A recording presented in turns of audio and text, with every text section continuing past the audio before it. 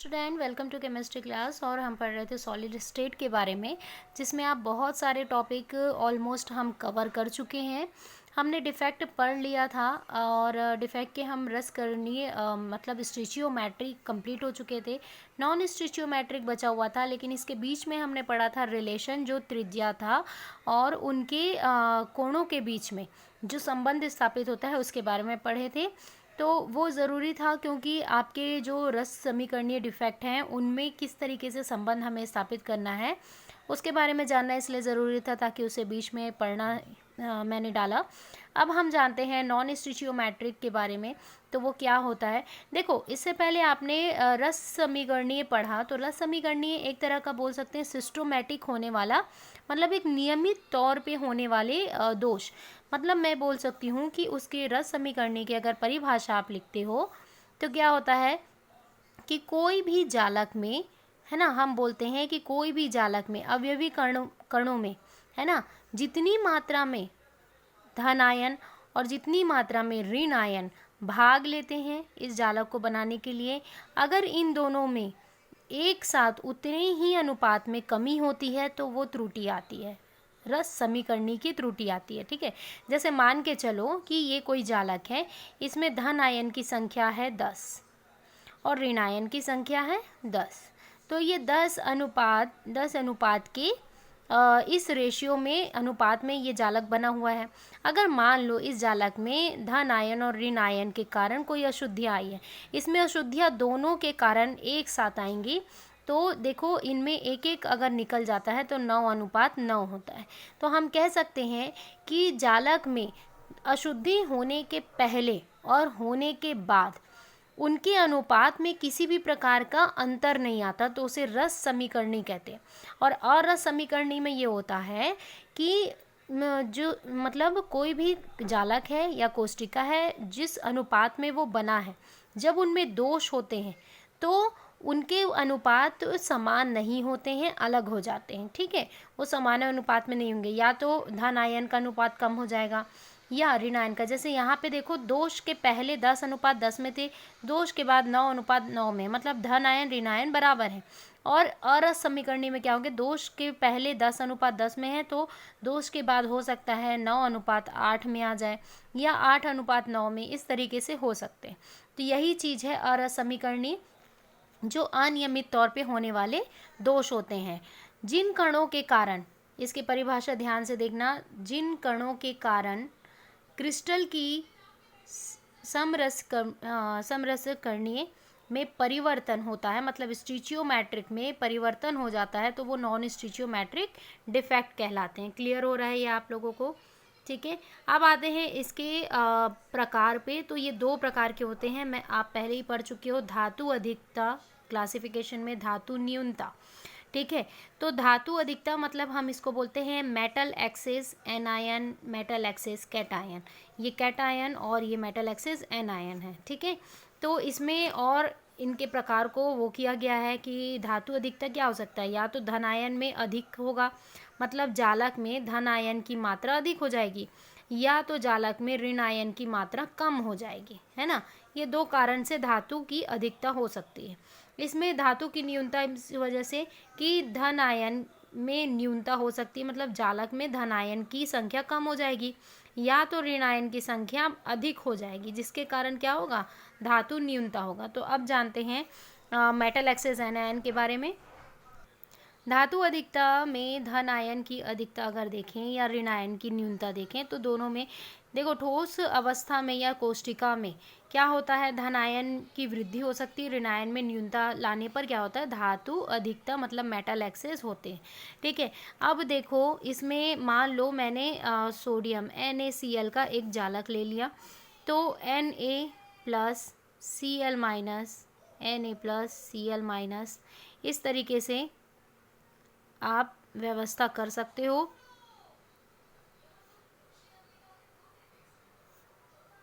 जिस तरीके से मैं बना रही हूँ आपको भी उसी तरीके से बनाना है ना।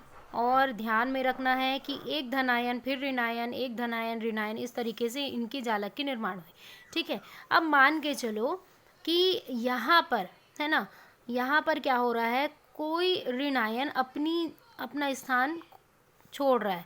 अब ये किन कारणों से हो सकता है? या तो हम ताप देंगे, है ना, या तो हम इसे गर्म करेंगे इस जालक को, तब ऐसा हो सकता है, या तो हम यहाँ पे सोडियम के वाष्प को प्रवाहित करेंगे। तो सोडियम के वाष्प को प्रवाहित करने पे सोडियम क्या होता है? धातु होता है। तो वो सोडियम प्लस धन 1 ऋण आयन, एक ऋण आयन का क्या कर रहा है? त्याग कर रहा है।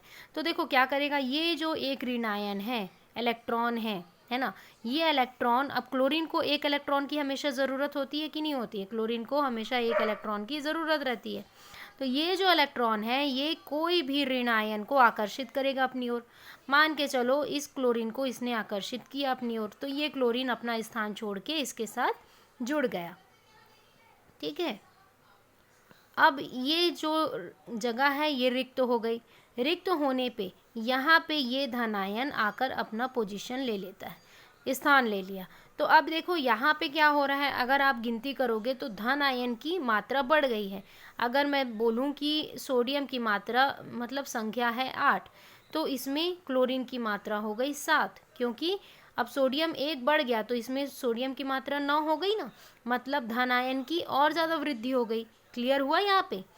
अब आते हैं इसी में दूसरे चीज़ में न्यूनता करने पे। देखो यहाँ पे आपने सेम देखा, यहाँ पे क्या हो रहा है कि सोडियम गैस प्रवाहित करने पे सोडियम धन आयन में बदल गया, ऋण आयन दे दिया। अब इसी में अगर ऋण आयन ने इसे आकर्षित किया, अगर मान लो ऐसा होता है कि ये धन आयन आकर्षित करता है किसी और को, है ना, मतलब चाहे तो धन आयन फिर क्लोरीन को आकर्षित कर ले, तो ये फिर क्या हो जाएगा, ये इलेक्ट्रॉन बच जाएंगे। मतलब क्लोरीन को ले लिया तो क्लोरीन जुड़ गया, ये खाली जगह हो गई।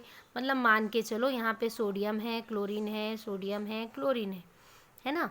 तो मान के चलो अभी क्या हो रहा था, इलेक्ट्रॉन आकर्षित कर रहा था। अब ध्यान देना, सोडियम धन आयन आकर्षित कर रहा है कोई भी क्लोरीन के ऋण आयन को। तो मान लो क्लोरीन, ये वाली क्लोरीन निकल गई, सोडियम प्लस Cl माइनस, ये आपस में जुड़ गए और बचा हुआ आपका 1 इलेक्ट्रॉन ये है। ये इलेक्ट्रॉन क्या करेगा, कोई भी अंतराकाशी जगह में चला जाएगा। अंतराकाशी जगह में इलेक्ट्रॉन आ गया, कोई भी जगह में जहाँ खाली स्थान है। यहाँ आने पर ये जो इलेक्ट्रॉन कहलाते हैं इसे हम मुक्त इलेक्ट्रॉन कहते हैं। क्या कहते हैं? मुक्त इलेक्ट्रॉन। कई बार प्रश्न आते हैं, मोस्ट इम्पॉर्टेंट है ये कि मुक्त इलेक्ट्रॉन किसे कहा जाता है। तो मुक्त इलेक्ट्रॉन वह इलेक्ट्रॉन है जो जालक के अंतराकाशी स्थानों पे आ जाते हैं, जिसके कारण विद्युत प्रवाह होती है। देखो ये विद्युत प्रवाह होने का मेन कारण होता है किसी भी क्रिस्टल में, जब इलेक्ट्रॉन अंतराकाशी स्थान पे आ जाती है और विद्युत प्रवाह जो मुक्त इलेक्ट्रॉन में परिवर्तित हो जाती है। ऐसे स्थानों को हम कहते हैं एफ सेंटर। क्या कहते हैं? F centre. एफ का मतलब होता है फेरेडन। देखो फेरेडन एक तरह का जर्मन शब्द है। क्या है? जर्मन शब्द। और इस शब्द का मतलब होता है रंग, कलर। ठीक है, याद रखना भाई। फेरेडन क्या होता है? जर्मन शब्द है, रंग होता है इसका मतलब।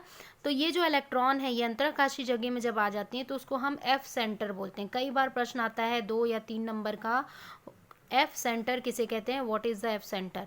तो एफ सेंटर वह केंद्र है जहाँ पे मुक्त इलेक्ट्रॉन उपस्थित होते हैं, जिसे हम एफ सेंटर कहते हैं। और एफ सेंटर का मतलब पूरा नाम देखें तो फेराडन होता है, जो जर्मन शब्द का है और जिसका तात्पर्य रंग से होता है। तो अब जानते हैं कि ये मतलब क्या है, मतलब ये कैसे काम करते हैं।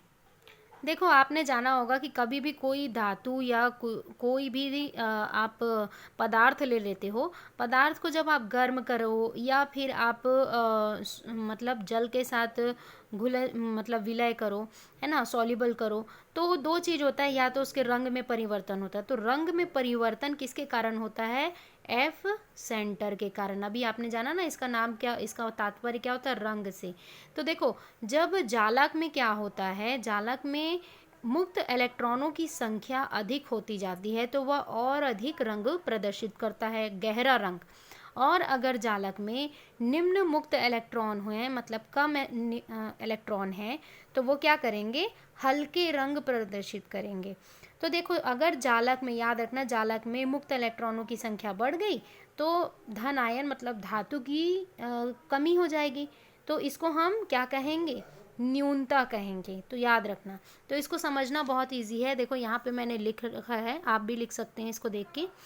जब इलेक्ट्रॉन निम्न ऊर्जा स्तर से उच्च ऊर्जा स्तर की ओर चले जाते हैं, ठीक है, तो वो अस्थायी होते हैं।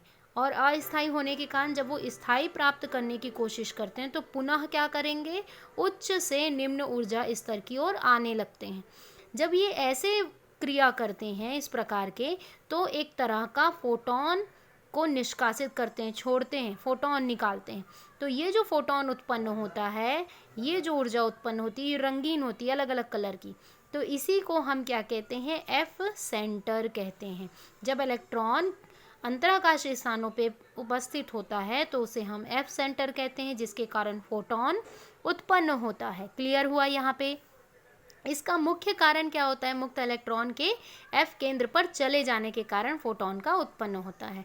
तो ये चीज़ बहुत इंपॉर्टेंट है, इसको ध्यान में रखना है। एफ सेंटर बहुत इंपॉर्टेंट क्वेश्चन है। मुक्त इलेक्ट्रॉन क्या है वो बहुत है। मुक्त इलेक्ट्रॉन को मुक्त ऊर्जा भी कहते हैं, कंफ्यूज नहीं होना। तो यहाँ पे आप लोगों को क्लियर हुआ ये चीज़। तो नोट्स आप देख सकते हैं इस तरीके से। मैं, आप लोग शॉर्ट स्क्रीन ले लीजिए अगर लेना है तो। और इस तरीके से मैं आपको यहाँ पे नोट्स दिखा रही हूँ, उसके भी चाहो तो आप शॉर्ट स्क्रीन ले सकते हो।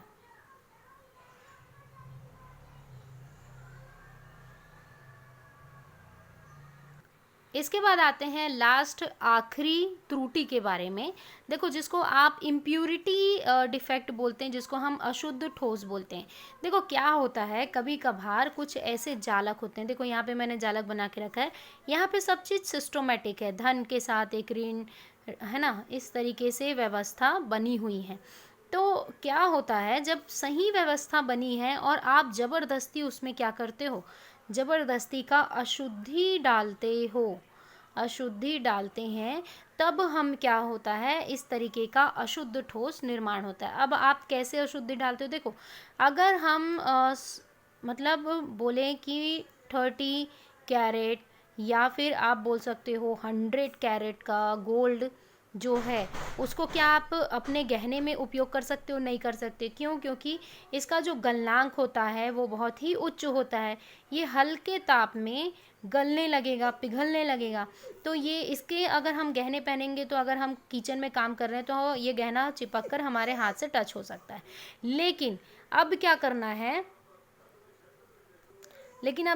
है, ये 100% कैरेट गोल्ड, मान लो ये गोल्ड की जालक है, तो उसमें हमको जानबूझ के अशुद्धि डालनी है। अशुद्धि कुछ भी हो सकती है, चाहे पीतल है, चांदी है, इनकी अशुद्धियां हम ज़बरदस्ती डाल रहे हैं। ज़बरदस्ती डालने के कारण ये क्या हो रहा है, ये पूरा जालक अशुद्ध हो गया और अशुद्ध ठोस बन गया, जिसका उपयोग हमको गहने बनाने में करना है। ठीक है, तो यही चीज़ होता है जब आपका शुद्ध जालक होता है, कोष्टिका होती है, उसकी संरचना में हम जानबूझकर हम क्या करते हैं, अशुद्धि को डालते हैं। तो इस वजह से उत्पन्न दोष को हम अशुद्धि ठोस या अशुद्धि डिफेक्ट कहते हैं। तो क्लियर हुआ यहाँ पे आप लोगों को डेफिनेशन और परिभाषा लिखी हुई है। तो यहाँ पे मैंने एक उदाहरण दिया हुआ है, NaCl के कोई जालक हैं, उसमें हम क्या डालते हैं, SR2, है ना, ये आता है आपका स्टेनस क्लोराइड भी डाल सकते हो, SN2, ये आपका स्टेनस क्लोराइड भी डाल सकते हो। तो देखो क्या होता है, जब हम स्टेनस क्लोराइड की अशुद्धि को इसमें डालते हैं, इस जालक में, तो सोडियम के दो अलग अलग,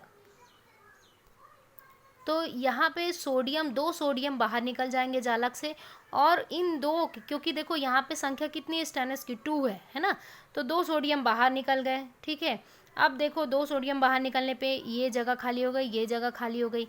लेकिन स्टेनस क्लोराइड क्या करता है, सिर्फ एक की जगह में ही बैठ जाता है, ये जगह को खाली ही छोड़ देता है, यहाँ पे एक भाग नहीं आता इसका, ये दोनों यहीं पे चले जाते हैं। तो ऐसी अशुद्धियों को हम अशुद्धि दोष कहते हैं या अशुद्ध ठोस कहते हैं। तो ये आपको 3 नंबर या 2 नंबर के पूछे जाते हैं, तो मोस्ट इम्पॉर्टेंट है। इसके परिभाषा आप क्लियर आपको दिख रहा होगा, तो स्क्रीनशॉट आप ले सकते हैं परिभाषा का। और डायग्राम आपको मैंने इनकम्प्लीट किया है, आप कंप्लीट कर सकते हो। इसमें इस तरीके से पूरे जालक का निर्माण करो, उसमें से 2 सोडियम को निकालो, स्टेनस को एक जगह रखो, एक को खाली रखोगे, ठीक है। तो इससे रिलेटेड आपको अगर कोई डाउट हो तो मुझे कॉल या मैसेज कर सकते हो। लास्ट आपका बस टॉपिक एक ही टॉपिक अब आपका इस चैप्टर से बच चुका है, उसको बस कंप्लीट करेंगे, फिर आपके ये चैप्टर टोटल कंप्लीट हो जाते हैं। फिर हम चालू करेंगे नया अध्याय जिसका नाम है विलियन सॉल्यूशन, तो मोस्ट इम्पॉर्टेंट है। तो ऑल द बेस्ट बच्चों, इससे रिलेटेड कोई डाउट हो तो मुझे कॉल या मैसेज कभी भी कर सकते हो।